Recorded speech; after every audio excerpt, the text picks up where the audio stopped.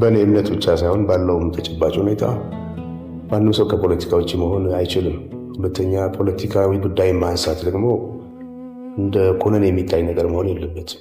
ሁላችንም ብዙዎችን አንድ እንደመሆኑ መጠን ኢኮኖሚያዊ፣ ፖለቲካዊ፣ ማህበራዊ ጉዳይ እንደ ዜጋ ይመለከታል። በእነዚህ ጉዳዮች ዙሪያ ማተኮርና ማድረግ መለመድና መበረታታት ያለበት ነው ብዬ አምናለሁ። ከዚህ አንጻር ነው ያደረግኩት። የነገሮቹ ጥልቀትና በዛ ጉዳይ ያተኮሩት መስመሮች በካሴት ውስጥ በዝርዝር ተጠቅሰዋል። ሁሉም ጠቅሶ ለማለፍ አስቸጋሪ ነው። በዚህ ሁኔታ ነው ያለው። አፍሪካን አንድ ለማድረግ የሞከረ ህዝብ ለራሱ አንድ መሆን አቅቶት ስቃይ ውስጥ ነው ያለው በአሁኑ ሰዓት። በሚያስገርም ሁኔታ ዩናይትድ ስቴትስ ኦፍ አሜሪካ የሚባል ሀገር ቁጭ ብለው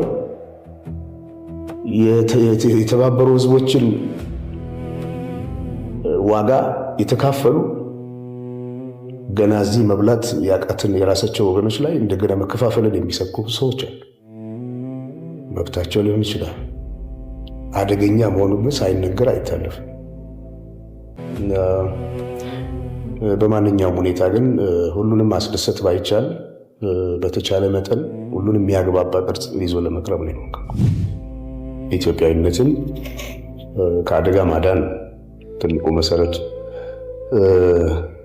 ይህንንም አልበም እንድሰራ ወይም ደግሞ በዚህ አይነት ሀሳብ ላይ እንዲያጠነጥን ያደረገኝ ደግሞ ግፊት ከምንም በላይ አንድነታችን አስፈላጊ ነው። ብዙ ዓመት ተደክሞበታል ኢትዮጵያዊነት። አሁን ደግሞ እንደሚታወቀው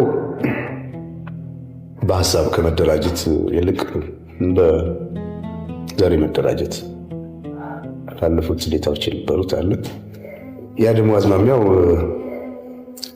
ወደ አደጋ ያመጣ ይመስላል እና ከምንም በላይ ኢትዮጵያዊነትን ማዳን መጀመሪያ ዓላማ አድርጎ ነው ተሰራው። ብዙ ጊዜ የምትሰራው ነገር ላይ መደሰት ነው ትልቁ ነጥብና ከዛ ደግሞ የሚመጣ ውጤት የተሳካ ሲሆን ያስደስታል። ነገር ግን ይህን ያህል ሁኔታ ይሆናል ብዬ በእርግጥ አላሰብኩም። ሀገር እንግዲህ የሚቆመው ብዙ ጊዜ ለሀገር ባለውለታ በሆኑ ሰዎች፣ ብዙ የህብረተሰቡ አካላት በሚሰሯቸው ተግባራት። እንደሚታወቀው እንግዲህ ኢትዮጵያዊነት በነፃነት የመኖር ምልክት ነው። ለብዙዎችም በነፃነት ውስጥ ላልነበሩ ሰዎች ጥሩ ምሳሌ የሆነ ድል ለማግኘት ሚኒሊክን የመሰለ ጥሩ መሪ ያስፈልጋል። እንደ ቀዳማዊ ኃይለ ሥላሴ ደግሞ የነበሩ ትልቅ ነገስታት በዓለም መንግስታት ጉባኤ ጀምሮ ያደረጓቸው አስተዋጽኦ፣ በዓለም ዙሪያ የነበራቸው ተቀባይነት፣ ለሀገራቸው የሰሩት ተግባራት ሳይደመር ኢትዮጵያ ምንላት ዛሬ ያለችው ሀገር ልትኖር አትችልም። ይህ እንዳለ ሆኖ ምንጊዜም ነገስታት የሚወክሉት ህዝብን እንደመሆኑ መጠን ከስሮቻቸው ደግሞ ያሉ ብዙ ባለውለታዎችን አብሮ ማየት የሚያስችል ትልቁ መስኮት ብዙ ጊዜ ከፊት ያሉ ሰዎች ናቸው እና በዚህ አንጻር ምልክቶች ካልተበረታቱ፣ ምልክቶች የሚገባቸው ክብር ካልተሰጣቸው የሚቀጥለው ትውልድ ጥሩ ተግባር ለመፈጸም የሚያነቃቃ መሳሪያ ያገኝ። በዚህ ምክንያት ነው። ሁለተኛ ደግሞ አሁን ባለንበት እንግዲህ ያለፉት የተወሰኑ ዓመታት ታሪክ የሚባለው ነገር ኢትዮጵያ ታሪክ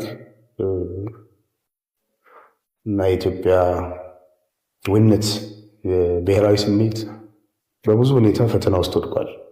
ስለዚህ ይህን አጠናክሮ ያለውን ክፍተት ለመሙላት የትውልድ እንቅስቃሴ ያስፈልጋል። የዚህ ትውልድ አካል እንደመሆነ መጠን ያን ተግባር ለመፈጸም ነው የሞከርኩት። አፄ ቴዎድሮስ ደግሞ እንደሚታወቀው በአንድ ወቅት ዘመነ መሳፍንት የሚባለው ኢትዮጵያ በጎሳ መሪዎች እና በጎበዝ አለቆች በተለያየ ሁኔታ ተከፋፍላ ባለችበት ሁኔታ ኢትዮጵያን አንድ የማድረግ ህልም ይዞ ተነስቶ ከውጭ ብቻ ሳይሆን ከውስጥም በገጠመው ብዙ የመረዳት ችግር ባክኖ የወደቀ ትልቅ ጀግና ነው።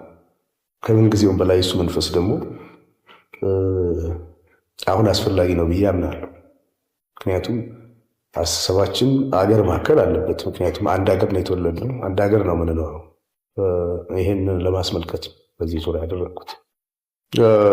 ኢትዮጵያዊነት ሊጠፋ የሚችልም አይደለም። እንደ ሃይማኖት የጠለቀ ነው። ኢትዮጵያዊነት ረቂቅ ሚስጥር አለው። ኢትዮጵያዊነት በጣም ረጅም መሰረት ያለው ነው። ይህን ካለመረዳት በነበሩ አብረን ባደረግናቸው ብዙ መልካም ነገሮች ላይ መስማማት ስንችል አብረን ባጎደልናቸው ነገሮች ላይ ዝም ብለን በጊዜ ማጥፋት ጠቃሚ አይደለም። ምን ጊዜም እኔ ትላንት አዲስ ልጅ ወልጃለሁ። አሁን 4 ዓመት ሆኖታል። ይሄ ልጅ ከፍቅርና ከጥላቻ የቱ እንደሚሻል ብጠይቀው የሚነግረኝ ስለ ፍቅር ነው። ከአንድነትና ከልዩነት የትኛው እንደሚሻል ብጠይቀው ያንተም ልጅ ሊነግር የሚችለው አንድነት። ይሄን ልጆች ሊመልሱት የሚችሉትን ጥያቄዎች በእድሜ በልጽገን እንኳን ለመግባባት የማንችልባቸውን ነጥቦች ላይ በማተኮር ነው የብዙ ወጣቶች ጉዞ እንዲደናቀፍ ይሆን። ይህ ደግሞ የታላላቆቻችንም ግፊያ ነበር። የቀደሙት አባቶቻችን ግን ከዚህ የላቀ ቅርጽ የነበራቸው ናቸው። ለዚህ ነው እነሱ ላይ ያተኮረ ስራ የምሰራው። ስለዚህ ሁሉም የራሱን አመለካከት መግለጽ ደግሞ የተፈጥሯዊ መብቱ ነው። ብዙ ጊዜ የዚህ አይነት ነገሮች ሲደጋገሙብህ የምትለማመደው የስሜት ማመጣጠን ትናለ። ከዛ በተረፈ እንደ ዜጋ ደግሞ መከልከሉ ተገቢ አይደለም። ወደፊትም አለበቂ ምክንያት መከልከል ተገቢ አይደለም። ይሄን ደግሞ የሚመለከተው ክፍል ሊያስብበት ይገባል። ምክንያቱም እንደ ዜጋ አንድ ሰው በመብቱ የሚሰማው ነገር ለማድረግ እንደ ማንኛውም ሙዚቀኛ ሙዚቃችን ለማቅረብ ተገቢው ፈቃድ ሊሰጠን ይገባል። ለቀደመ ሁኔታም የተጠየቅነው ይቅርታ የለም። ብዙ ኪሳራዎች ነበሩ። ምናልባት ሞራል ጋር ያልደረሱ ሊሆኑ ይችላሉ፣ ግን ብዙዎችን በማቴሪያል በእንትን ጎድተዋል። ይህ ደግሞ ተገቢ አይደለም እና ይሄ መሻሻል አለበት ብዬ አስባለሁ።